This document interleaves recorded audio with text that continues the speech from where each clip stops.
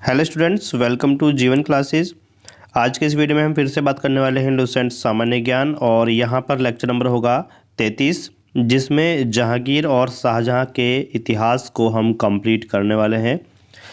दोस्तों, हम पढ़ रहे थे मध्यकालीन भारत, और उसमें मुग़ल साम्राज्य के जो 6 बादशाह हैं उनको हम पढ़ रहे थे।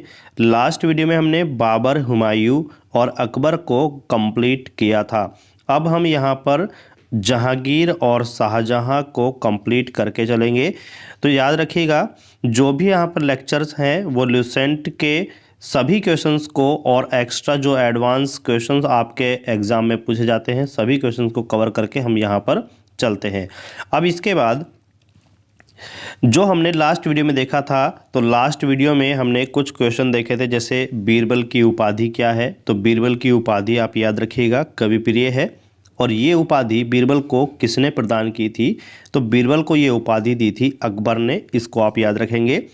नेक्स्ट क्वेश्चन आपको याद रखना है कि अकबर ने एक उपाधि प्रदान की थी, महापात्र की उपाधि। तो महापात्र की उपाधि जो है अकबर ने किसको प्रदान की थी? तो वो दी थी नरहरि को। और नरहरि और बीरबल ये उसके दरबार में ही रहते थे। उसके बाद अकबर की मृत्यु कब हुई? ये क्वेश्चन आपके सामने काफ़ी ज़्यादा बार एग्जाम में आता है। तो याद रखिए, 16 अक्टूबर 1605 ईस्वी में अकबर की मृत्यु हुई थी। और वह स्थान कौन सा है जहां अकबर की मृत्यु हुई? तो अकबर की मृत्यु हुई थी आगरा में। ठीक है, अब इसी के साथ हम स्टार्ट करते हैं जहांगीर। सबसे पहला जहांगीर से ये क्वेश्चन बनता है कि जहांगीर का जो शासनकाल है वो कब से कब तक चला। तो जहांगीर का शासनकाल आप याद रखेंगे 1605 ईस्वी से 1627 ईस्वी तक चला था। यानी जब अकबर की मृत्यु हुई थी 1605 ईस्वी में, उसी समय पर जहांगीर जो है वो गद्दी पर बैठा और 1627 तक उसने शासन किया था। अब देखिएगा कि जहांगीर कौन था, पहले आप ये जान लीजिएगा। तो जहांगीर जो है वो अकबर का उत्तराधिकारी था, यानी कि अकबर का ही पुत्र था, जिसका बचपन का नाम क्या था? सलीम। तो क्वेश्चन क्या आता है कि जहांगीर का बचपन का नाम क्या था? जहांगीर का बचपन का नाम आप याद रखिएगा, सलीम था, जो कि 24 अक्टूबर 1605 में गद्दी पर बैठा। देखिए, 16 अक्टूबर 1605 ईस्वी में जो अकबर की है मृत्यु हुई थी, और 24 अक्टूबर 1605 में जहांगीर गद्दी पर बैठा था। अब जहांगीर का बचपन का नाम आपको याद होगा, सलीम है। और सलीम की एक उपाधि थी जिसके कारण इसका नाम जहांगीर पड़ा। तो वह उपाधि कौन सी थी? नूरुद्दीन मोहम्मद जहांगीर बादशाही गाजी। नूरुद्दीन मोहम्मद जहांगीर बादशाही गाजी किसकी उपाधि है? जहांगीर की उपाधि है। और जहांगीर का बचपन का नाम क्या था? सलीम। और सलीम जो है वो अकबर का पुत्र था।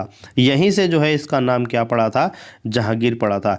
जहांगीर का जो है जन्म 30 अगस्त 1569 ईस्वी में हुआ था, और ये गद्दी पर कब बैठा? 24 अक्टूबर 1605 ईस्वी में। हमने अभी बताया सलीम कौन था? अकबर का पुत्र था, जिसको बाद में क्या कहा गया? जहांगीर कहा गया।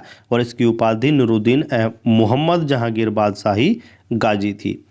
इसके बाद देखिएगा, जहांगीर का जन्म हमने बताया 30 अगस्त 1569 ईस्वी में। तो जहांगीर की माता का क्या नाम था? यानी कि जो अकबर की पत्नी थी उनका नाम था मरियम उज्जमानी। मरियम उज्जमानी या फिर हरखाबाई या फिर जोधाबाई इसको कहा जाता था। तो मरियम उज्जमानी और जोधाबाई बेगम, ये दो नाम आपको जरूर याद रखने हैं। दो नाम ही आपके एग्जाम में पूछे जाते हैं।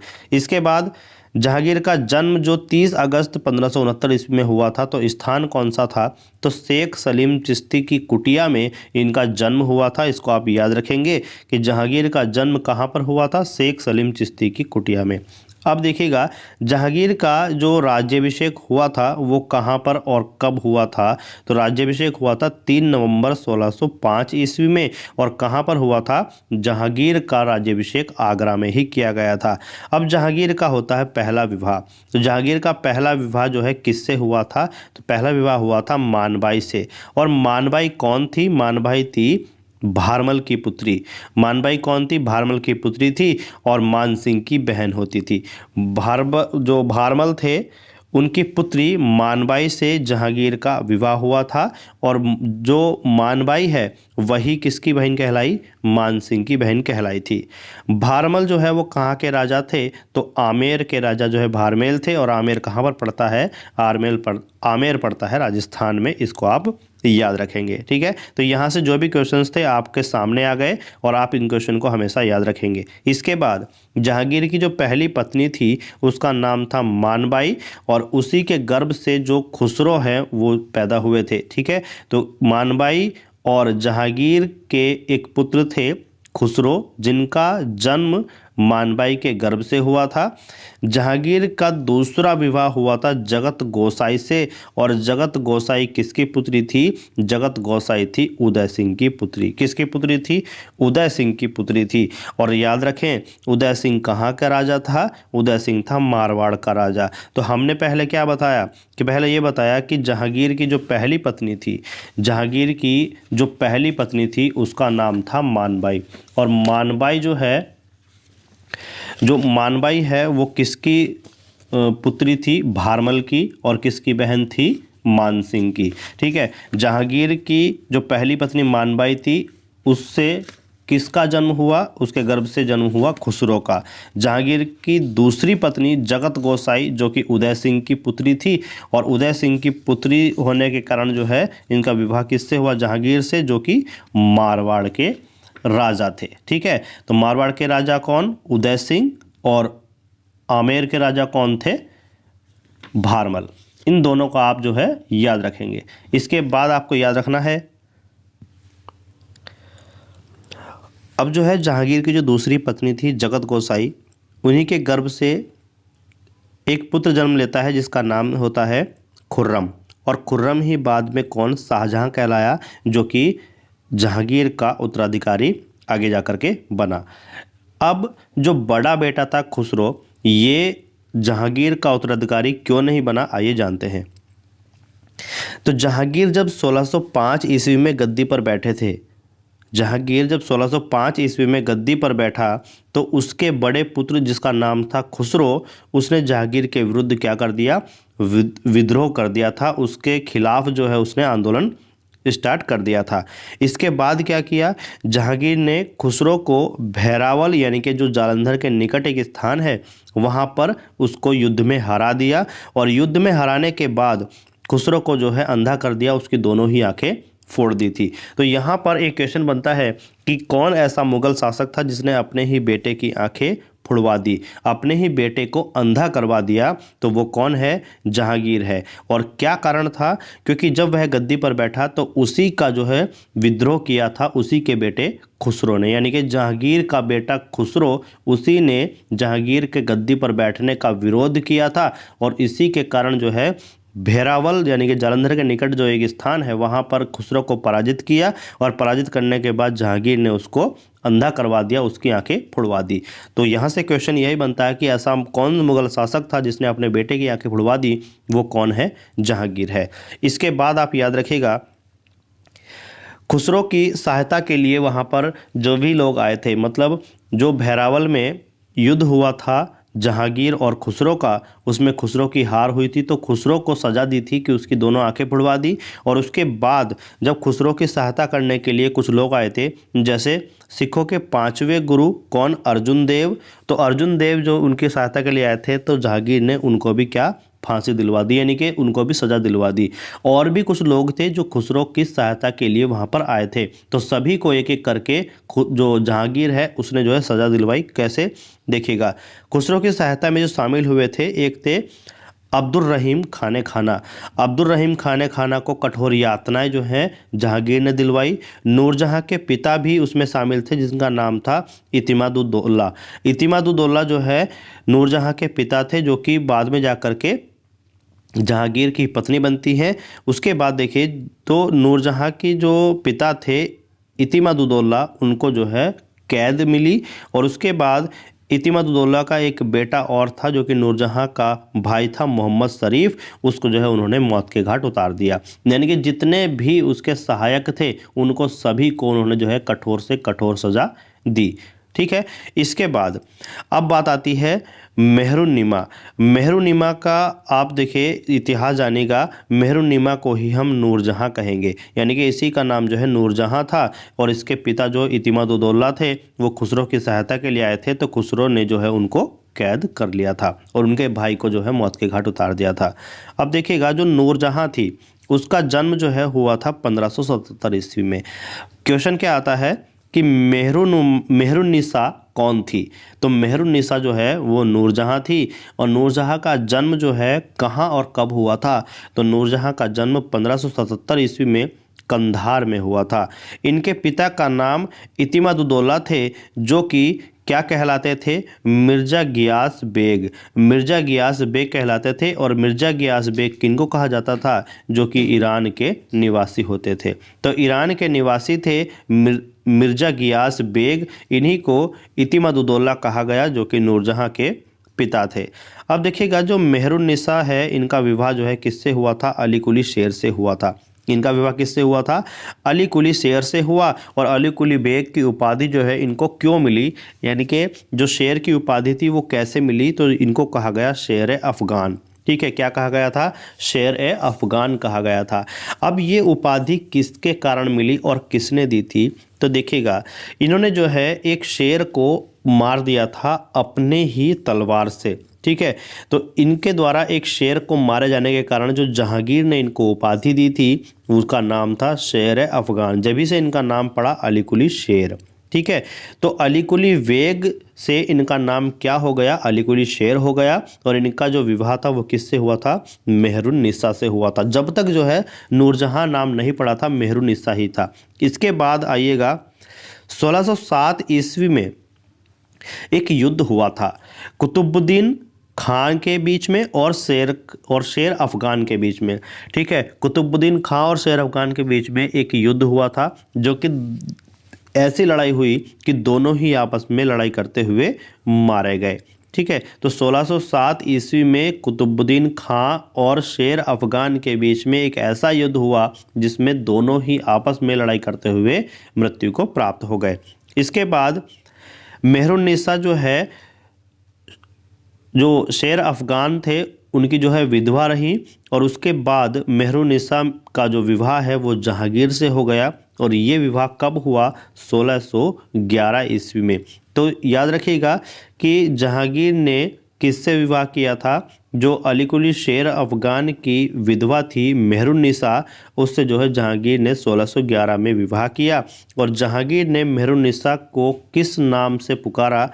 नूरमहल जो है जहांगीर मेहरुन्निसा को बोलते थे, नूरजहाँ बोलते थे, और बादशाह बेगम का भी उन्होंने इसको नाम दिया था। अब यहाँ पर याद रखिएगा कि नूरजहाँ के सम्मान में जहांगीर ने कौन से सिक्के चलवाए थे? तो नूरजहाँ के जो सम्मान में जहांगीर ने अपने शासनकाल में सिक्के चलवाए, जो कि चांदी के सिक्के हुआ करते थे। तो चांदी के सिक्के चलवाए। और जहांगीर ने नूरजहाँ के पिता, जिसका नाम था गियास बेग, उनको शाही दीवान बना दिया, यानी कि एक उपाधि प्रदान कर दी इतिमाद-उद-दौला की। तो इतिमाद-उद-दौला जो है इनकी उपाधि है किनकी? जो कि नूरजहाँ के पिता हैं, जिनका नाम था गियास बेग, जो कि ईरान के निवासी थे। और इनको एक पद दे दिया शाही दीवान और उपाधि दे दी इतिमाद-उद-दौला। यहाँ से इनका नाम इतिमाद-उद-दौला पड़ गया था। इसके बाद याद रखिएगा, निसार क्या था? एक शब्द आपको एग्जाम में मिलता है कि निसार क्या था। उस समय पर जब जहांगीर का शासनकाल था, मुगल शासन काल चल रहा था, उस समय पर निसार किसको कहा जाता था? तो देखिए, जहांगीर द्वारा जारी किया गया चांदी का सिक्का, जिस पर जहांगीर ने प्याला और शराब की बोतलों की आकृति बनवा रखी थी, उस सिक्के को निसार कहा जाता था। यानी कि वो ऐसा सिक्का था जिस पर प्याला और शराब की बोतलों की आकृति छपी हुई थी, जिसको निसार के नाम से उस शासनकाल में जाना जाता था। अब देखिए, जो जहांगीर थे उसने एक काम और कराया जिसका नाम था न्याय की जंजीर। न्याय की जंजीर का क्या मतलब है? कि जहांगीर ने अपने राज्य की जनता को न्याय दिलाने के लिए क्या किया था? न्याय का प्रतीक 16 घंटियों से निर्मित जो है एक सोने की जंजीर बनवाई थी, जो कि अपने महल के बाहर लगवाई गई। ठीक है, अपने महल के बाहर लगवाई गई। और जो उसमें 60 घंटियाँ लगी हुई थी उस सोने की चैन में, उसको बजा करके कोई भी व्यक्ति न्याय मांग सकता था। ये उसकी जो है एक राजनीतिक प्रणाली थी। ठीक है, तो याद रखिएगा, निसार क्या था? निसार था चांदी के सिक्के जिस पर प्याला और बोतलों का जो है चित्र बना हुआ था। ठीक, इसी के साथ एक न्याय की जंजीर थी जो कि उसने अपने महल के बाहर लगवाई, और महल के बाहर लगवाने के बाद उसमें 16 घंटियाँ लगवाई, जिसको बजा कर के कोई भी उसका जो भी वहाँ पे निवासी थे वो न्याय मांग सकते थे। ये उसके जो है कार्य प्रणाली चली। इसके बाद देखिए क्या हुआ, एक है लाडली बेगम। लाडली बेगम कौन थी? तो देखिएगा, जो शेर अफगान थे और मेहरुन्निसा थे, उनका जब विवाह हुआ था तो उनकी एक पुत्री थी जिसका नाम था लाडली बेगम। ठीक है, तो जहांगीर से जब तक जो है नूरजहां का विवाह नहीं हुआ था, तो शेर अफगान और मेहरुन्निसा की एक पुत्री थी जिसका नाम था लाडली बेगम, और लाडली बेगम का विवाह जो है किससे हो गया था? जहांगीर का एक पुत्र था शहरयार। तो शहरयार जो है जहांगीर का पुत्र था, उससे जो है उसका विवाह हो गया था जिसका नाम था लाडली बेगम। इसके बाद जो है मेहरुन्निसा की जो माँ थी उनका नाम था अस्तम बेगम। क्या नाम था? अस्तम बेगम। और अस्तम बेगम जो है किसके लिए फेमस थी? तो गुलाब से इत्र निकालने की विधि की खोज जो है अस्तम बेगम ने की थी। तो यह गुलाब से इत्र निकालने के लिए प्रसिद्ध थी, फेमस थी। इसको आप याद रखेंगे। कभी कभी क्वेश्चन आपके लिए आ जाता है कि गुलाब से इत्र निकालने की विधि की खोज किसके द्वारा की गई? गुलाब से इत्र निकालने की विधि की खोज की गई थी अस्मत बेगम के द्वारा। और अस्मत बेगम कौन थी? नूरजहां की माँ थी। इसको आप याद रखेंगे। इसके बाद आपको याद रखना है, क्वेश्चन आपके सामने है कि अब्दुल फजल की हत्या किसने करवाई थी? अब्दुल फजल की हत्या किसने कराई थी? तो अब्दुल फजल की हत्या कराई थी जहांगीर ने। अपने शासनकाल में जहांगीर ने अब्दुल फजल की हत्या कराई थी। और इसके बाद जहांगीर मानसिंह को क्या कहता था? तो जहांगीर जो है मानसिंह को कहता था बूढ़ा भेड़िया। और मानसिंह कौन था? मानसिंह जो है कौन था आप जानते हैं। तो जहांगीर की जो पहली पत्नी थी उसका भाई था कौन? मानसिंह, जिसको जहांगीर जो है क्या कहता था? जहांगीर कहता था बूढ़ा भेड़िया। तो कभी कभी आपके सामने क्वेश्चन कैसे बनेगा कि जहांगीर अपने शासनकाल में बूढ़ा भेड़िया किसको कहता था? वो कहता था मानसिंह को। और मानसिंह कौन था? उसी की पहली पत्नी का भाई मानसिंह था जिसका नाम था मानबाई। इसके बाद क्वेश्चन यही से, इसी लाइन से एक और बनता है कि जहांगीर मानसिंह को क्या कहता था? मानसिंह को कहता था बूढ़ा भेड़िया। और जहांगीर जो है नूरजहां एवं उसके भाई आसफ खां, यानी कि नूरजहां का एक भाई था आसफ खां, उसको कितने और कब और कहां पर बंदी बनाया?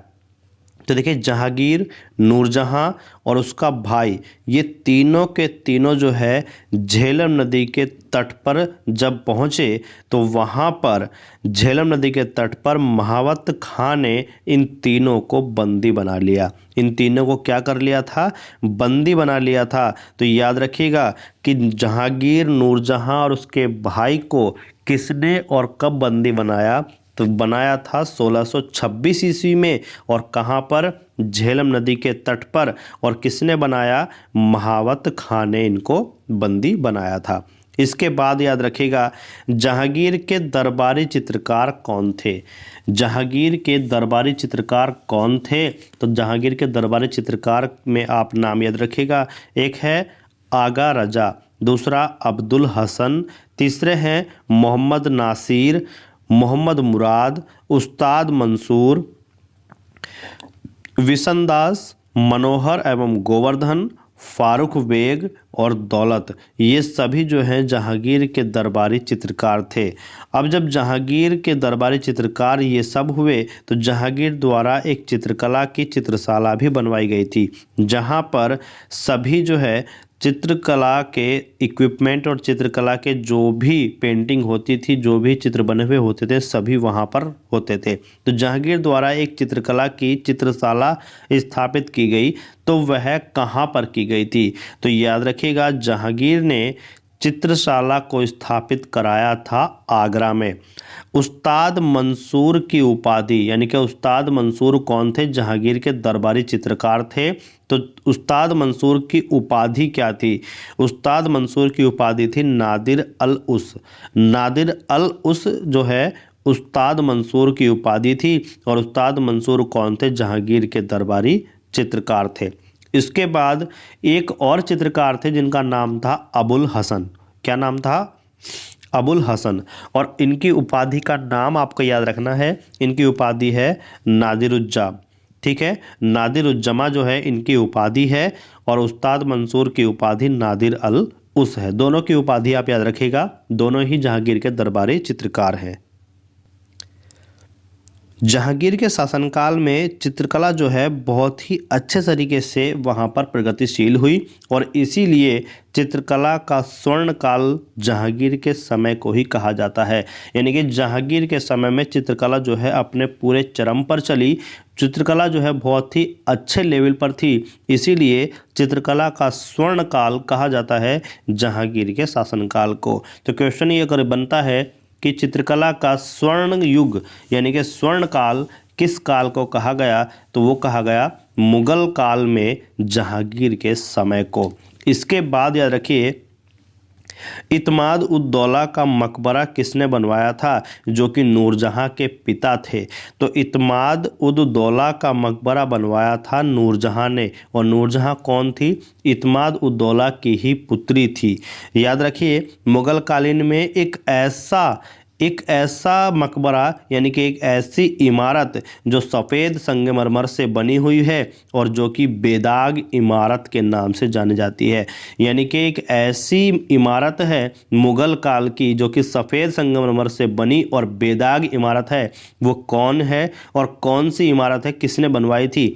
तो इत्माद उद दौला का मकबरा एक ऐसी इमारत है जो सफ़ेद संगमरमर से बनी बेदाग इमारत है, जिसको बनवाया था नूरजहां ने।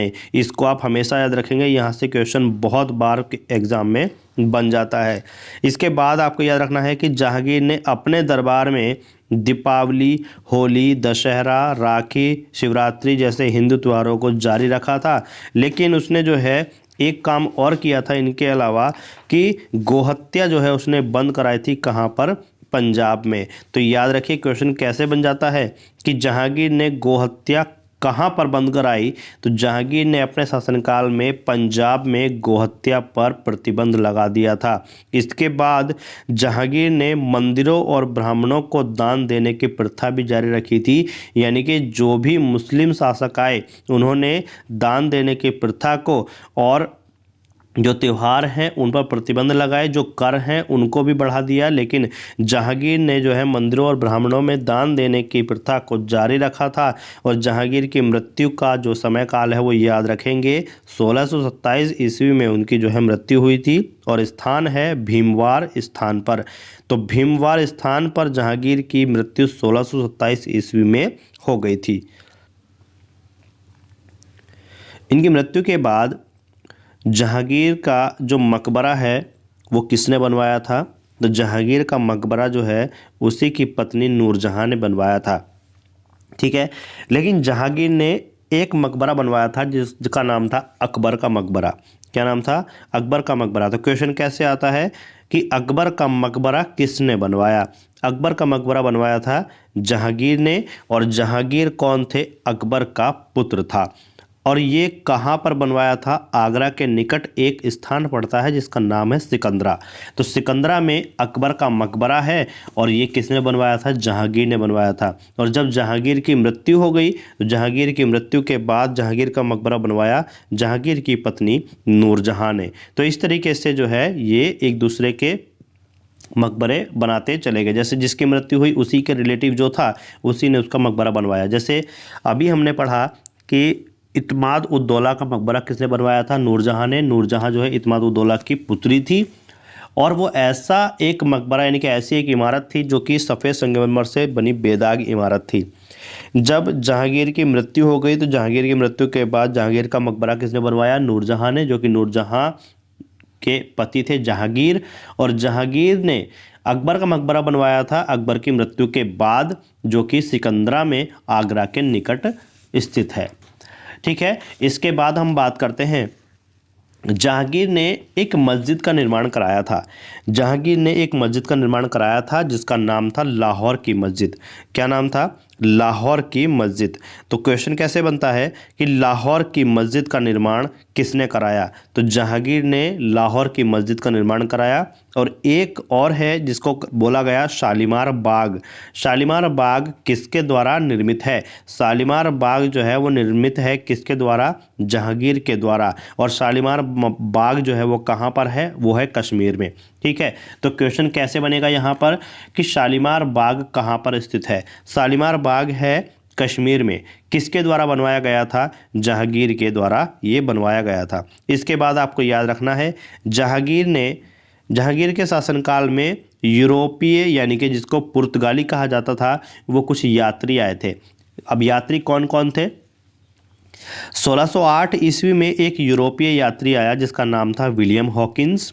1612 में पॉल कैनिंग और 1615 में विलियम एडवर्ड और 1615 में एक और आया जिसका नाम था टॉमस रॉ। ये 4 यात्री आपको याद रखने हैं जो कि जहांगीर के शासनकाल में यूरोपीय यात्री आए थे। यूरोप से ये यात्री थे जिनको पुर्तगाली कहा गया। ठीक है, तो जहांगीर के शासनकाल में कौन पुर्तगाली उसके शासनकाल में भारत आए? तो 1608 ईस्वी में विलियम हॉकिंस आया, 1612 ईस्वी में पॉल कैनिंग, 1615 ईस्वी में 2 आए जिनका नाम था विलियम एडवर्ड और टॉमस रॉ। ये 4 यात्री आपको जरूर याद रखने हैं। इसके बाद एक बेहतरीन क्वेश्चन आपके सामने आता है कि अनारकली कौन थी?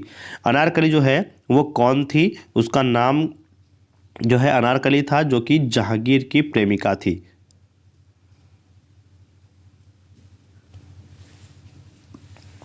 तो क्वेश्चन बनता है कि अनारकली कौन थी? जहांगीर की प्रेमिका थी। और याद रखिएगा अनारकली की याद में उसने लाहौर में एक कब्र बनवाई थी और उस पर जहांगीर ने लिखवाया था कि यदि अपनी प्रेयसी का चेहरा एक बार पुनः देख पाता तो कयामत तक अल्लाह का धन्यवाद करता। तो ये वाक्य किसने और किसकी कब्र पर लिखवाया? ये क्वेश्चन आ जाता है। यानी कि आपके एग्जाम में आएगा कि यदि मैं अपनी प्रेयसी का चेहरा एक बार पुनः देख पाता तो कयामत तक अल्लाह का धन्यवाद करता। ये वाक्य किसने और किसकी कब्र पर लिखवाया? तो याद रखिएगा जहांगीर ने ये वाक्य अपनी प्रेमिका अनारकली की याद में लाहौर में बनी उसकी कब्र पर लिखवाया था। इसको आप याद रखिएगा। तो किसके लिए लिखवाया? अनारकली की कब्र पर अनारकली की याद में। और किसने लिखवाया? जहांगीर ने लिखवाया था। इसको आप याद रखिएगा। ये क्वेश्चन आपके सामने बन सकता है। अनारकली के बारे में विवरण देने वाला एकमात्र विदेशी यात्री जो कि पुर्तगाली था जिसका नाम था विलियम फिंच। ठीक है, जिसका नाम क्या था? विलियम फिंच था। इसके बाद यहाँ पर हम पढ़ने वाले हैं शाहजहां। अब देखिए शाहजहां का जो है शासनकाल रहा 1627 ईस्वी में 1657 ईस्वी तक। जहांगीर जो है किसका पुत्र था? जहांगीर जो है किसका पुत्र था? अकबर का पुत्र था। और अकबर का पुत्र होने के कारण जो है ये गद्दी पर बैठा। और इसके बाद शाहजहां जो है वो जहांगीर का पुत्र था। ठीक है, तो जहांगीर का पुत्र शाहजहां गद्दी पर बैठा। और जब जहांगीर गद्दी पर बैठा तो उस समय पर वो किसका पुत्र था? अकबर का पुत्र था। याद रखिएगा। ठीक है, तो इस तरीके से पीढ़ी से पीढ़ी जो है ये राज करती हुई आई। पहले अकबर गद्दी पर बैठा। अकबर की मृत्यु के बाद उसका पुत्र जहांगीर गद्दी पर बैठा। जहांगीर की मृत्यु के बाद उसी का पुत्र शाहजहां गद्दी पर बैठता है। तो शाहजहां का जो है शासनकाल कब से कब तक चला? 1627 ईस्वी से 1657 ईस्वी तक शाहजहां का शासनकाल रहा। जहांगीर के बाद उसका पुत्र शाहजहां गद्दी पर बैठा। तो शाहजहां कौन था? जहांगीर का ही पुत्र था। शाहजहां का विवाह जो है वो अर्जुमंद बानो बेगम से हुआ था। क्या नाम था? अर्जुमंद बानो बेगम। मल्लिका ए जमानी किसकी उपाधि है? मल्लिका ए जमानी उपाधि है अर्जुमंद बानो बेगम से। अर्जुमंद बानो बेगम कौन थी? शाहजहां की पत्नी थी और जिसकी उपाधि थी मल्लिका ए जमानी। याद रखें शाहजहां 1628 को गद्दी पर बैठा और उसकी उपाधि क्या पड़ी? अब्दुल मुजफ्फर साहबुद्दीन मोहम्मद साहिब किरान ए शाही। ये उपाधि किसकी है? आपके सामने जब लिखी हुई आए अबुल मुजफ्फर साहबुद्दीन मोहम्मद साहिब किरान ए शाही, ये उपाधि किसकी है? तो ये उपाधि है, आपको याद रखना है, ये उपाधि है शाहजहां की। ठीक है, शाहजहां ने अपने शाहजहां ने आसफ खां को वजीर की उपाधि दी थी और महावत खां को किसकी उपाधि दी थी? खाना की उपाधि दी थी। तो याद रखिएगा कि आसफ खां कौन थे। आसफ खां कौन थे? तो नूरजहां का भाई आसफ खान था, जो कि नूरजहां, आसफ खान और जहांगीर को बंदी बनाने वाला महावत खान था, उसको उपाधि देती खान खाना। यानी कि याद रखिएगा कि आसफ खां जिसको शाहजहां के द्वारा वजीर की उपाधि दी गई थी, वो कौन था? तो ये शाहजहां का जो है मामा कहलाया, यानी कि जो शाहजहां की माँ थी जिसका नाम था नूरजहां, ये जो है उसका भाई था। तो नूरजहां का भाई वजीर कहलाया और नूरजहां आसफ खां और जहांगीर को जिसने झेलम नदी के तट पर बंदी बनाया था, वही महावत खां बाद में शाहजहां से खान खाना की उपाधि प्राप्त करता है। इसके बाद ताजमहल जो है वो कहाँ है, ये आपको याद रखना है। ताजमहल है आगरा में, और आगरा में जो ताजमहल है उसका निर्माण किसने कराया? उसका निर्माण कराया गया था शाहजहां के द्वारा। और शाहजहां ने ताजमहल जैसी इमारत का निर्माण क्यों कराया? तो अपनी बेगम मुमताज़ महल की याद में उसकी कब्र पर यह ताजमहल बनवाया गया। तो याद रखें, ताजमहल कहाँ पर है? आगरा में। निर्माण किसके द्वारा? शाहजहां द्वारा। और शाहजहां ने उसका निर्माण क्यों कराया? तो शाहजहां की बेगम थी मुमताज़ महल, उसी की याद में शाहजहां ने बेगम मुमताज़ महल के कब्र पर एक ताजमहल जैसी इमारत बनवा दी। अब ताजमहल जो है जब बना था तो इसका निर्माण करने वाले चित्रकार यानी कि कलाकार कौन थे? तो उनका नाम था उस्ताद अहमद लाहौरी। उसका नाम क्या था? उस्ताद अहमद लाहौरी था। और एक और था जिसको कहा जाता है मयूर सिंहासन। एक इमारत और थी जिसको मयूर सिंहासन कहा जाता है। तो मयूर सिंहासन का निर्माण किसने करवाया? शाहजहां ने कराया। और मयूर सिंहासन का निर्माण करने वाले कलाकार कौन थे? उसका नाम था बेबादल खान। तो इन दोनों को आपको याद रखना है। ताजमहल का निर्माण जिसने किया वो कलाकार उस्ताद अहमद लाहौरी, और मयूर सिंहासन का निर्माण जिसने किया वो थे बेबादल खां। तो दोनों को आपको याद रखना है। और ताजमहल और मयूर सिंहासन दोनों का निर्माण किसने करवाया था? शाहजहां ने करवाया था। शाहजहां ने कुछ और इमारतें बनवाई थी जिसका नाम है, देखिए, दिल्ली का लाल किला शाहजहां के द्वारा बनवाया गया। दीवाने आम शाहजहां के द्वारा बनवाया गया। दिल्ली में जो जामा मस्जिद है वो शाहजहां के द्वारा बनवाई गई। आगरा में मोती मस्जिद है वो शाहजहां के द्वारा बनवाई गई। और आगरा का ताजमहल भी शाहजहां के द्वारा बनवाया गया। तो क्वेश्चन ये भी बन जाता है कि मोती मस्जिद कहाँ है? आगरा में। जामा मस्जिद कहाँ है? दिल्ली में, जो कि शाहजहां के द्वारा निर्मित है। शाहजहां की एक पुत्री थी जिसका नाम था जहां आरा। क्या नाम था? जहां आरा। तो आगरा की जो जामा मस्जिद है वो किसके द्वारा बनवाई गई? जहां आरा के द्वारा बनवाई गई। तो दिल्ली की जामा मस्जिद बनवाई गई थी शाहजहां के द्वारा, और आगरा की जामा मस्जिद बनवाई गई जहां आरा के द्वारा। इसको याद रखना है। तो जामा मस्जिद जो है आगरा में भी है और दिल्ली में भी है। तो आगरा में जहां आरा के द्वारा बनाई गई मस्जिद जामा मस्जिद कहलाई, और दिल्ली में जो मस्जिद है वो शाहजहां के द्वारा बनाई गई मस्जिद है, वो भी जामा मस्जिद के नाम से जानी जाती है। शाहजहां ने अपनी राजधानी आगरा से बदल करके दिल्ली कर दी। और जब दिल्ली उसने अपनी राजधानी कर दी थी तो देखिएगा एक नगर है शाहजहानाबाद। तो शाहजहानाबाद जो नगर है उसकी स्थापना किसके द्वारा? शाहजहां के द्वारा। कहाँ पर? यमुना नदी के तट पर जो है एक नगर बनवाया था जिसका नाम शाहजहानाबाद था। ठीक है, अब देखिएगा शाहजहां के दरबारी चित्रकार मोहम्मद फ़कीर और मीर हासिम थे। जैसे जहांगीर के दरबारी चित्रकार थे, इसी तरीके से शाहजहां के दरबारी चित्रकार थे जिनका नाम मोहम्मद फ़कीर और मीर हासिम था। याद रखिएगा, शाहजहाँ के दरबार में एक संगीतकार और रहते थे।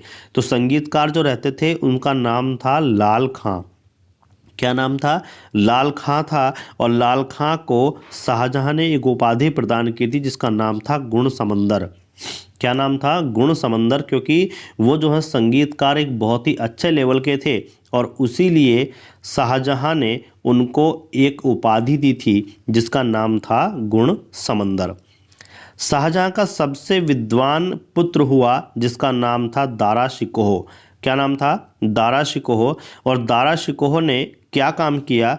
भगवत गीता, योग वशिष्ठ, उपनिषद, रामायण, इन सभी का फारसी अनुवाद कराया और फारसी अनुवाद कराने वाले का नाम दारा शिकोह था। ठीक है, तो क्वेश्चन कैसे आता है कि भागवत गीता, योग वशिष्ठ, उपनिषद, रामायण, किसी का भी नाम आ सकता है। जैसे भागवत गीता का फारसी अनुवाद कराने वाले कौन थे? दारा शिकोह। दारा शिकोह कौन था? शाहजहाँ का पुत्र था जो कि सबसे विद्वान कहलाया। जब उपनिषदों का फारसी में अनुवाद किया गया तो उस फारसी अनुवाद किए हुए ग्रंथ का नाम क्या रखा गया? सर-ए-अकबर। क्या नाम रखा गया था? सर-ए-अकबर। और इसका मतलब होता है महान रहस्य, यानी कि जो उपनिषद हैं उन्हीं को फारसी में अनुवाद किया गया और फारसी में अनुवाद करने के बाद उसका नाम रखा गया सर-ए-अकबर, यानी कि महान रहस्य। दारा शिकोह जो है वो किसका शिष्य था? दारा शिकोह शिष्य था मुल्ला शाही बदरसी का।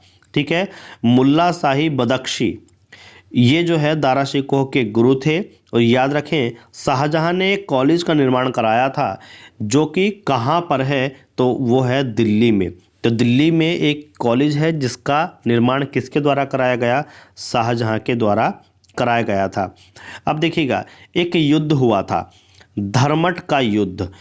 वो जो है किसके बीच हुआ और कब हुआ? ये क्वेश्चन आपके सामने आएगा।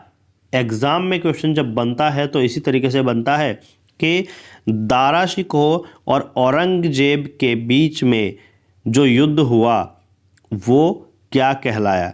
तो याद रखिएगा, इनके बीच में 3 युद्ध हुए थे।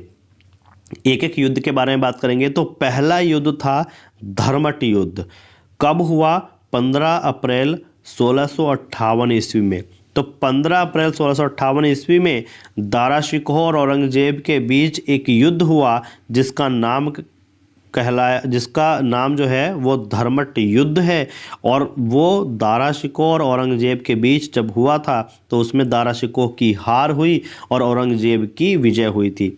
दूसरा युद्ध फिर से इन दोनों में लड़ा गया जो कि 1658 ईस्वी में लड़ा गया और इसका नाम पड़ा सामूगढ़ का युद्ध।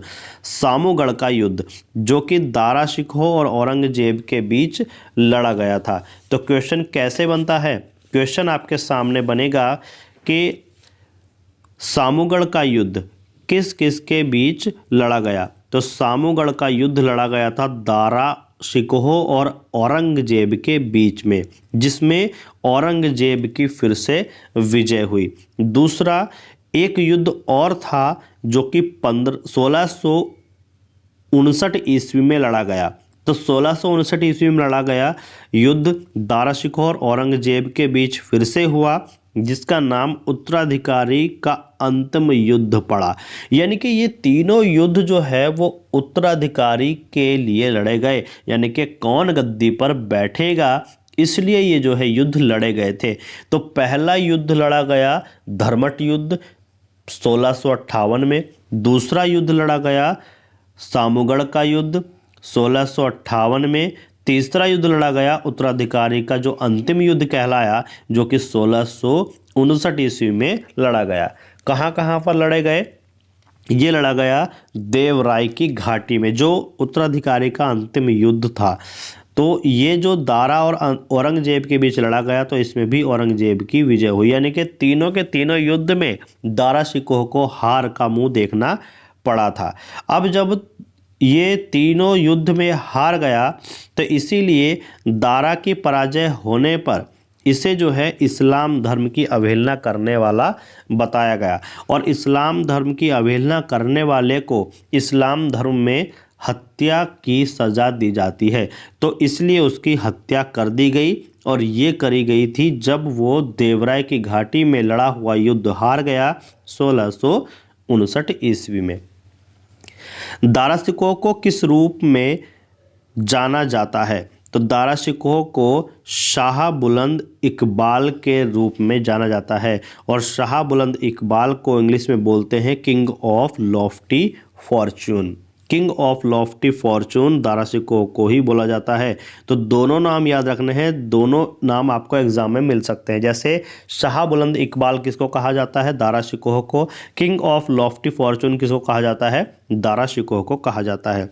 1658 की बात करें तो 1658 में शाहजहां को उसके ही पुत्र औरंगजेब के द्वारा बंदी बना लिया गया। यानी कि जब उत्तराधिकारी के तीनों युद्ध औरंगजेब जीत गया तो 1658 में उसने क्या किया, यानी कि 1658 में सामूगढ़ के युद्ध के बाद शाहजहां को औरंगजेब ने बंदी बना लिया और 1659 में उत्तराधिकारी का अंतिम युद्ध हुआ जो कि देवराय की घाटी में हुआ, जिसमें दारा शिकोह को फिर से औरंगजेब ने हरा दिया और गद्दी पर बैठ गया। तो याद रखिएगा, शाहजहां को उसके ही पुत्र औरंगजेब के द्वारा बंदी बनाया गया और कैद कर लिया गया, जिसमें उसकी मृत्यु 1666 में हो गई। तो शाहजहां की मृत्यु कब हुई? 1666 ईस्वी में। तो इस तरीके से हमने यहाँ पर शाहजहां और जहांगीर दोनों का जो है इतिहास कंप्लीट किया।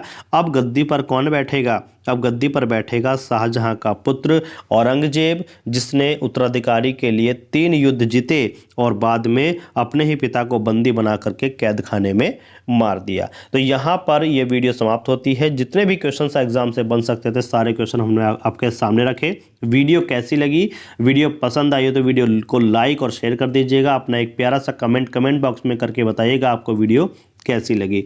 बात करते हैं नेक्स्ट वीडियो में औरंगजेब के इतिहास की। Thanks for watching. मिलते हैं नेक्स्ट वीडियो में।